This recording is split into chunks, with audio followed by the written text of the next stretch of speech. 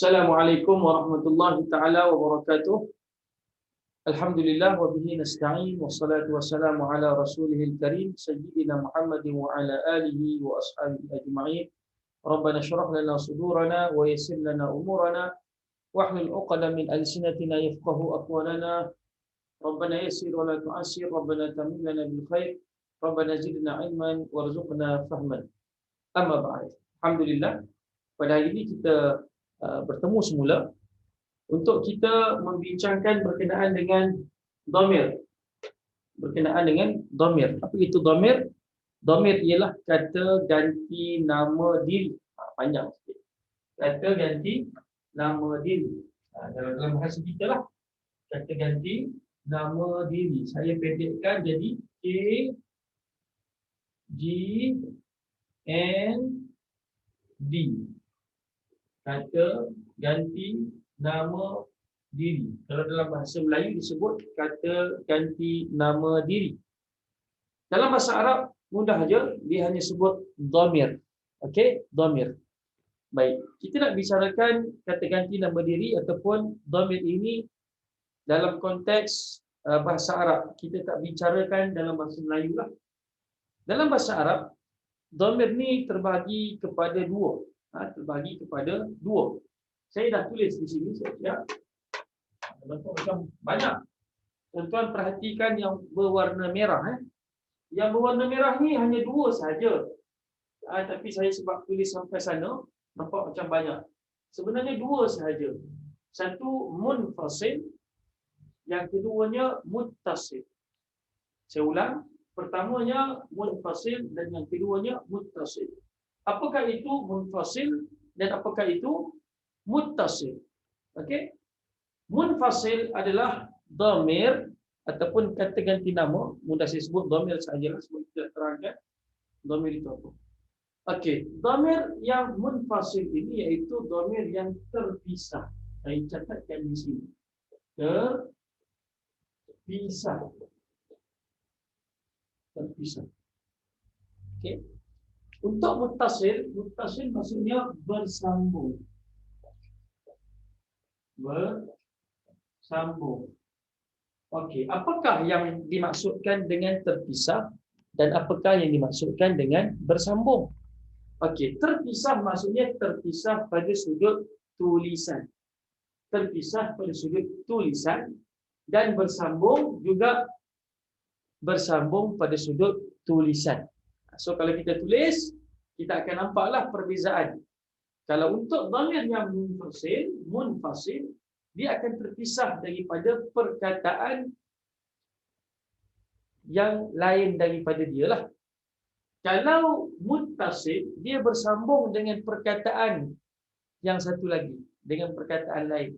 Saya bagi contoh di sini. Okey?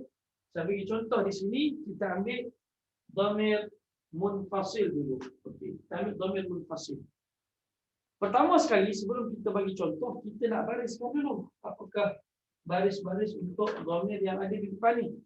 Okey, untuk munfasil huwa, yang pertama sekali huwa. Apa maksud dia? Apa maksud huwa? Huwa maksudnya dia. Apa maksud dia pula? Apa maksud huwa? Huwa maksudnya dia. Dia untuk seorang lelaki. So kalau kita nak masukkan tu dia tu Muhammad, kita katakan huwa. Okey? Huma. Yang keduanya huma. Huma, apakah maksud huma? Mereka berdua. Dikhususkan kepada lelaki. Untuk perempuan pun juga nanti kita akan sebut huma. So ada sedikit persamaanlah untuk beberapa dhamir. Yang ketiganya hum. Kalau huma mereka berdua, hum maksudnya mereka semua. Okey, mereka semua. Okey, saya tulis kat sini lah. Huwa dia. Dia. Dalam kurungan L. L maksudnya lelaki. Okey, dalam kurungan lelaki. Huma maksudnya mereka, saya ringkaskan M saja, berdua. Berdua. Mereka berdua. Moga-moga nampaklah. Okey. Yang ketiga hum. Hum maksudnya mereka.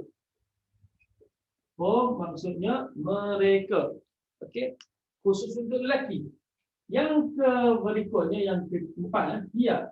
Dia maksudnya dia. Tetapi khusus dalam kurungan fi, maksudnya untuk perempuan. Yang kelima, huma. Huma sama juga dengan huma di atas. Ini mereka berdua, tetapi untuk perempuan. Maaf, mereka berdua untuk perempuan. Sama je tuan-tuan ya, sama sahaja. Huma yang atas dengan huma yang bawah, sebutan sama, tulisan pun sama. Tengok kalau kita jumpa dalam ayat nanti, kita tengoklah ayat itu ditujukan kepada lelaki ke kepada perempuan. Kat situ kita tengok konteks ayat. Barulah kita dapat beza lelaki ke perempuan yang dimaksudkan. Okey. Yang keenam, hunna. Hunna ini maksudnya mereka semua, mereka semua dikhususkan kepada perempuan. Ini dikhususkan kepada lelaki. Hum dikhususkan kepada lelaki, hunna dikhususkan kepada perempuan. Okey. Kita terus dengan terjemahan dulu, nanti baru kita akan buat contoh. Baik. Untuk munfasil juga, anta. Terusnya anta. Anta ni biasa kita dengar, Ramli selalu sebut ente. Okey. Anta. Apakah maksud anta? Anta maksudnya engkau. Engkau. Engkau. Okey, saya tulis kecil sikit tak apa. Sebab saya dah sebut ya. Okey. Anta. Untuk lelaki lah kita dalam kurungan kita tulis L kat bawah ni untuk lelaki. Yang berikutnya antuma. Antuma, kamu berdua. Kamu berdua. Berdua. Okey. Kamu berdua untuk lelaki. Antum yang berikutnya, antum. Kamu juga. Semua. Kalau ramai-ramai kan, kamu semua. Ini khusus untuk lelaki. Dalam kurungan, tuan-tuan boleh tulis dalam kurungan L, lelaki. Okey. Yang berikutnya, anti. Okey, anti. Atas, anta. Yang bawah ni, anti. Anti untuk perempuan. Engkau. Engkau. Oh, nampak. Keliru sikit tulisan saya. Engkau. Perempuan. Dalam kurungan, tuan-tuan boleh tulis P. Perempuan. Okey. Yang berikutnya, antuma. Tengok antuma. Sama tak yang ni dengan yang ni? Sama ya. Antuma yang di bawah dengan antuma yang di atas sama sahaja dari sudut sebutan dan tulisan. Sebutan dan tulisan. Di sini, macam mana kita nak bezakan untuk lelaki ataupun untuk perempuan? Tengok pada struktur ayat. Okey. Antuma kita terjemahkan dengan terjemahan yang sama. Kamu berdua. Kamu berdua. Kamu berdua. Okey, yang seterusnya antunna. Antunna, okey, ini khusus untuk perempuan, iaitu kamu semua. Kamu semua dalam kurungan tuan-tuan tulis P. Tuan-tuan tulis P, maksudnya untuk perempuan. Dekat sini ada perbezaan. Okey, seterusnya ana. Ana kita dah tahulah. Dalam bahasa kita pun ataupun sesama kita, ana anta ni biasa. Kita yang maknanya sekolah agama biasa kita gunakanlah domain ni. Ana maksudnya aku ataupun saya ataupun then. Akulah, aku. Nahnu. Nahnu kami semua. Okey, lelaki pun boleh guna, perempuan pun boleh guna untuk ana dan nahnu. Okey, selesai untuk terjemahan dhamir munfasil. Sekarang ni kita nak pergi kepada terjemahan dhamir muttasil. Ada beza ke antara dhamir munfasil dengan dhamir muttasil pada sudut terjemahan? Sebenarnya sama sahaja. Antara terjemahan dhamir munfasil dengan dhamir muttasil. Tidak ada apa-apa perbezaan pada sudut terjemahan. Yang bezanya hanya pada sudut tulisan, tetapi tidak semua berbeza. Tidak semua berbeza. Okey, sekarang ni tuan-puan, kita akan tengok kepada perbezaan sebutan antara dhamir munfasil dan juga dhamir muttasil. Perbezaan tulisan dan juga sebutan antara dhamir munfasil dan juga dhamir muttasil. Baik, ikuti saya. Untuk dhamir munfasil, huwa, huma, hum, hiya, huma, hunna, anta, antuma, antum, anti, antuma, antunna, ana, nahnu. Okey, itu untuk sebutan dhamir munfasil. Manakala sebutan untuk dhamir muttasil pula, kalau huwa, dia hanya tulis ha sahaja. Hanya tulis ha sahaja. Sama ada dibaca dengan hu, okey, kita bariskan dia dengan baris hu, ataupun kita bariskan dia dengan baris hi. Okey, tuan-puan boleh tanda kedua-dua baris mengikut kepada struktur.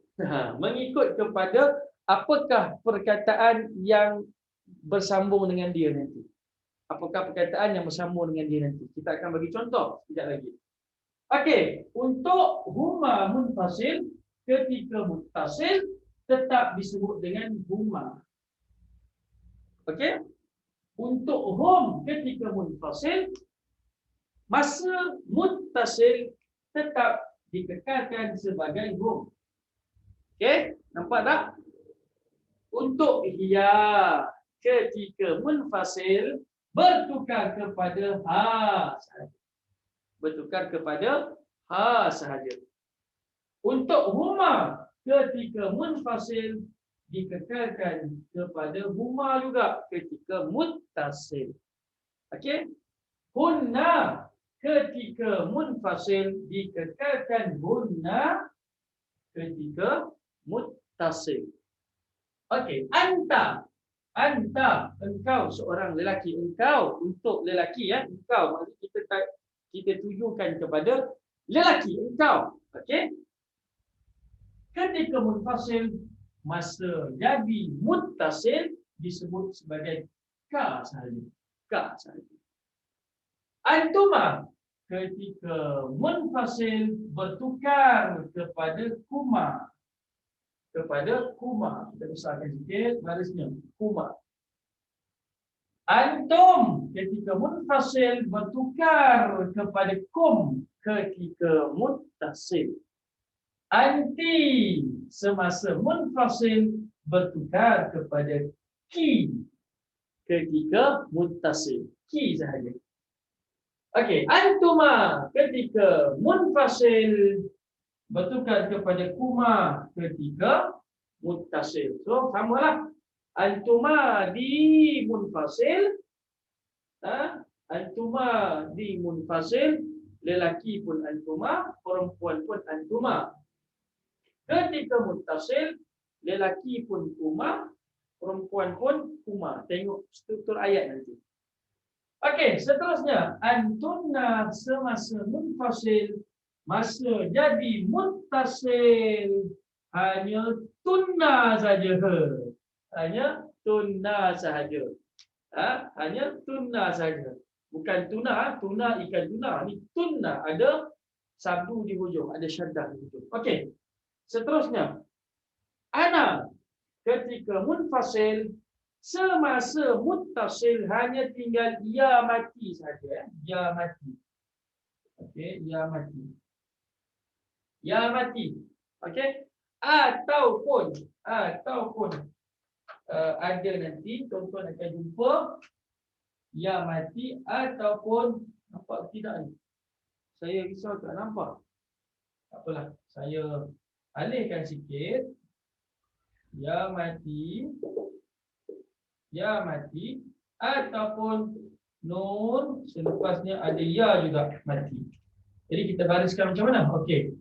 Kalau ketika muttasil ada dua keadaan, satu ya mati sahaja, Yang keduanya nun baris bawah dan ya selepasnya mati.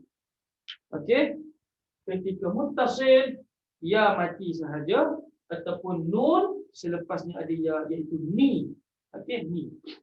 Itu untuk ana ataupun aku. Semasa nahnu waktu dia munfasil maksudnya kami, dia bila dia bertukar kepada muttasil dia hanya baca na sahaja. Baca na sahaja. Okey? Baca na sahaja. Saya tebalkan sikit di baris. Okey, tuan-tuan dan puan dan penonton yang dirahmati Allah Subhanahu Wa Taala, beginilah bentuk perubahan yang berlaku untuk dhamir yang 12 dalam bahasa Arab ketika munfasil bagaimana dan ketika muttasil bagaimana. Tuan-tuan yang dirahmati Allah Subhanahu Wa Taala, saya sebut sekali lagi, untuk munfasil maksudnya terpisah. Munfasil maksudnya bersambung. Okey? Munfasil terpisah, muttasil bersambung. Bersambung berpisah ni apa maksudnya? Bersambung pada sudut tulisan dan berpisah pada sudut tulisan. Okey, sekarang saya hanya nak ambil satu contoh sahaja ataupun 2-3 contoh lah. Kita petiklah daripada mana-mana ni. Saya ambil untuk contoh yang huwa, kemudian kita ambil pula untuk contoh anta dan kita ambil pula untuk contoh nahnu. So maksudnya tuan-tuan boleh ambil gambar dulu. Kalau tuan-tuan boleh screenshot, screenshot dulu Okey, screenshot dulu. Ini dhamir munfasil dan muttasil. Okey, saya akan padam sekejap lagi. Lain-lain dhamir yang kita tak nak jadikan contoh. Okey. Sekarang ni saya anggap tuan-tuan dah screenshot, dah tangkap layar ya. Saya padam dhamir-dhamir yang kita tak nak jadikan contoh. Kita nak ambil beberapa sahaja dhamir yang kita nak buat contoh ayat kat sini ataupun ialah ayat lah, supaya kita nampak nampak. Okey, saya padam. Ini padam yang kita tak nak buat contoh, kita tinggalkan yang kita nak buat contoh sahaja. Okey, sekarang tuan-tuan, puan yang dirahmati Allah Subhanahu Wa Taala, kita nak buat contoh daripada dhamir munfasil dan muttasil. Okey? Untuk dhamir munfasil kita kata dia terpisah. Maksud terpisah tu terpisah pada sudut tulisan. Dan kebiasaannya dhamir munfasil ini akan berada di awal ayat. Dia berada di awal ayat. Contoh, kita buat satu contoh. Kita nak kata dia seorang lelaki soleh. Dia seorang lelaki soleh. Huwa, Allah, nampak macam kasar sangat. Huwa rajulun, harap-harap nampak tuan-tuan salihun. Huwa rajulun salihun. Huwa rajulun salihun. Okey, apa terjemahan dia? Huwa maksudnya dia, rajulun seorang lelaki, salih, solehlah. Bahasa kita pun sebut saleh. Dia seorang lelaki yang soleh. Perhatikan huwa di sini. Perhatikan huwa di sini. Tengok, dia terpisah pada sudut tulisan dengan perkataan yang selepasnya. Itu maksud munfasil. Itu maksud munfasilnya kita pisahkan. Dia tidak bergabung dengan perkataan yang selepasnya. Okey, ataupun dengan perkataan kedua. Okey, kita sambung ayat ni. Kita nak sambung ayat ni. Huwa rajulun salihun, dia. Kita terjemahkanlah Boleh ke terjemahkan ni? Bolehlah kita terjemahkan Dia. Nampak tak nampak tulisannya? Lelaki, seorang lelaki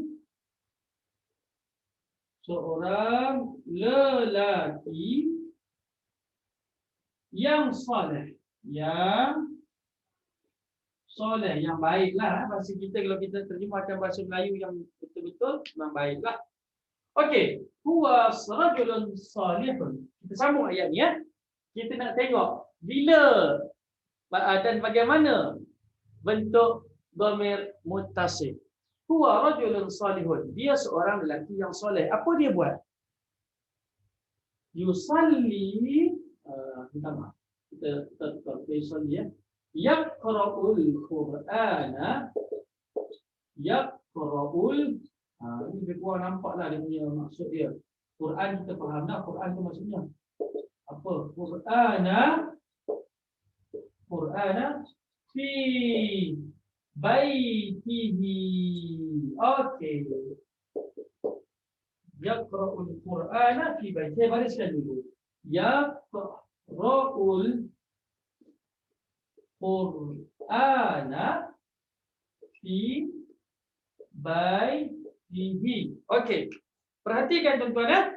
Perhatikan. Saya terjemahkan dulu. Yaqra'u maksudnya dia membaca Al-Quran, Al-Quranah fi dalam ataupun di dalam ataupun di boleh baitihi rumahnya ataupun rumah dia. Rumah dia. Kita terjemahkan. Okey. Dia yaqra'u, dia, alamak kecil lah, tak apalah saya sambil-sambil sebut tuan-tuan boleh tulis, dia ataupun tuan-tuan boleh ulang tengok Dia membaca. Yaqra'u maksudnya dia membaca Al-Quran, Al-Quranah. Tak payah terjemah kot. Fi kita terjemahkan di lah, di ataupun dalam. Baitihi rumah. Bait maksudnya rumah. Inilah yang kita kata dhamir muttasil. Maksudnya dia bersambung dengan perkataan rumah. Rumahnya ataupun rumah dia. Yang bahasa yang betul rumahnya lah. Okey. Mana kamera? Okey, sini. Tengok yaqra'u. Dia membaca Al-Quran di baiti, rumahnya ataupun rumah dia. Mana dhamir muttasil? Ini saya gariskan hi. Inilah dhamir muttasil. Apa maksud dhamir muttasil? Dhamir yang bersambung dengan perkataan. Dan kebiasaannya sentiasa. Sentiasalah. Sentiasa dhamir muttasil ini akan berada di hujung perkataan. Dan dia bersambung dengan perkataan baitun. So ada dua perkataan kat sini, satu baitun. Baitun maksudnya rumah. Apa dia satu lagi? Hu ataupun hi. Tengok cara ayat tu lah. Tengok perkataan tu baris macam mana. Kita tak cerita kenapa baca hi, kenapa tak baca baituhu. Itu cerita lain lah. Nanti kita akan, cuma kita nak fokuskan kepada dhamir. Cuba perhatikan dhamir. Okey, wujud kat sini fi baiti. Fi baitihi. Secara ringkasnya, kenapa ini dibariskan dengan baris bawah, tidak dibariskan dengan baris depan? Kerana sebelumnya ada huruf yang berbaris bawah. Bila ta di baris bawah, ta ni adalah huruf sebelum maka akan mengikut baris sebelumnya. Okey, tuan-tuan. Cukup kerana tu kita tak mau cerita panjang kenapa baris tu, tetapi kita nak cerita itu sendiri, dhamir itu sendiri dia bersambung dengan perkataan sebelumnya. Perhatikan nampak tak? Okey, huwa ini dhamir munfasil. Setiap kali tuan-tuan jumpa dhamir yang terpisah dengan perkataan yang lain, maka dhamir itu adalah dhamir munfasil. Manakala dhamir yang bersambung dengan perkataan sebelumnya, maka itu adalah dhamir muttasil. Muttasil maksudnya bersambung, munfasil maksudnya berpisah ataupun terpisah. Okey. Nak tengok lagi contoh? Masa kita ada lagi? Bolehlah kita ambil lagi satu ataupun dua contoh ni. Kita ringkaskan untuk contoh anta pula. Anta, dia kata ayat yang sama kan nak buat ayat lain? Ayat lain lah. Anta rajulun nasyitun. Anta rajulun nasyitun. Bukan nasyid. Nasyid lagu juga ya. Lain tu. Anta rajulun nasyitun. Anta kita bariskan dulu. Anta rajulun nasyitun. Kamu, engkau, ya, kamu ataupun engkau, kita terjemahkan je lah. Saya tulis kat sini. Saya sebut untuk menulis walaupun tak nampak. Rajulun seorang lelaki, sama dengan yang sana tu, seorang lelaki. Nasyitun yang rajin. Yang rajin. Maksudnya dia rajin, dia aktif. Okay? Okay, sekarang ni perhatikan ya. Anta, tengok dhamir munfasil. Dhamir munfasil. Dia tidak bersambung dengan perkataan yang selepasnya. Okey, cuba kita tengok dhamir muttasil pula, kita sambung ayat ni. Kita sambung ayat anta rajulun nasyitun taqra'ul kitaba taqra'ul kutuba. Taqra'ul, contoh tadi ni ya. Kutuba fi madrasatika. Alamak, ada pula madrasah ni sekolah kan. Kita ringkaskan je lah fi baitika je lah, senang. Fi baitika, lebih kurang je supaya senang ya. Taqra'u al-kutuba fi baitika. Okey, perhatikan. Taqra'u maksudnya membaca. Kamu membaca. Engkau membaca. Engkau. Kita terjemahkan dulu, senanglah. Membaca. Saya sebut, kalau tak nampak tulisan saya boleh saya sebut. Al-kutuba, buku-buku. Kutuba ni banyak Saya tak buku dua. Saya buku-buku. Fi maksudnya di ataupun dalam pun boleh. Baiti rumah. Baiti rumah lah macam tadi rumah. Ka ni maksudnya kamu. Kamu seorang lelaki. Okey, perhatikan pada ayat ini. Fi baitika, ka inilah dhamir muttasil. Dhamir muttasil.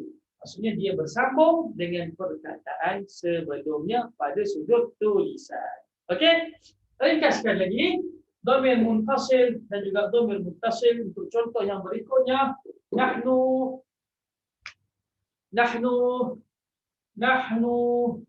rijalun. Contoh ya. Saya tarik ke mana ni? Saya tarik ke sinilah contoh dia. Contoh untuk sini saya tarik ke sini. Saya nak panahkan dia.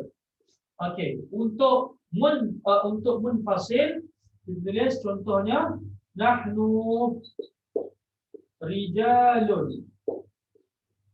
Oh, maksud nahnu rijalun, kami ni jantan-jantan belaka. Kami ni jantan-jantan, kami ni lelaki-lelaki.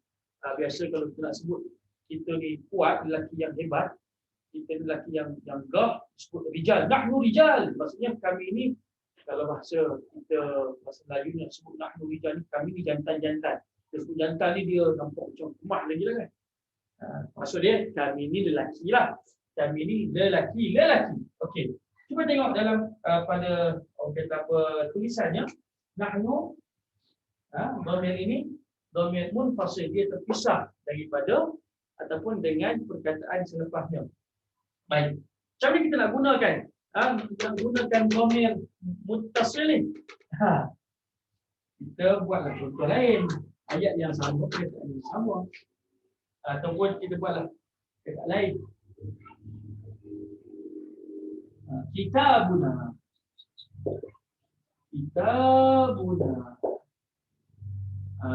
Baituna. Baik, ya. Kitabuna, kita bariskan dulu. Kitabuna. Nampak tuan-tuan Kitabuna. Cuba tengok, kitab tu maksudnya kitab lah, buku-buku. Maksudnya kami. Buku-buku kami. Cuba tengok perbezaan antara munfasil dengan muttasil. Munfasil kerap kali dia berada di awal ayat, dan untuk muttasil sering kali dan sentiasa dia berada pada hujung kalimat, bukan hujung ayat, pada hujung kalimat. Ini di awal, ini di hujung. Ini di awal ayat, ini di hujung kalimat. Okey, dan dia bersambung untuk muttasil, untuk munfasil dia tidak bersambung. Okey, tuan-tuan yang dirahmati Allah, cukup sekadar ini saya bagi peluang dan ruang untuk tuan-tuan untuk tangkap layar dulu. Boleh kongsikan dengan rakan-rakan, insya-Allah. Okey, cukup sekadar itu perkongsian kita pada hari ini. InsyaAllah kita jumpa lagi. Jangan lupa like, share dan juga subscribe saya punya channel ini. Moga-moga ada manfaat insya-Allah. Yang baik itu daripada Allah. Assalamualaikum warahmatullahi taala wabarakatuh.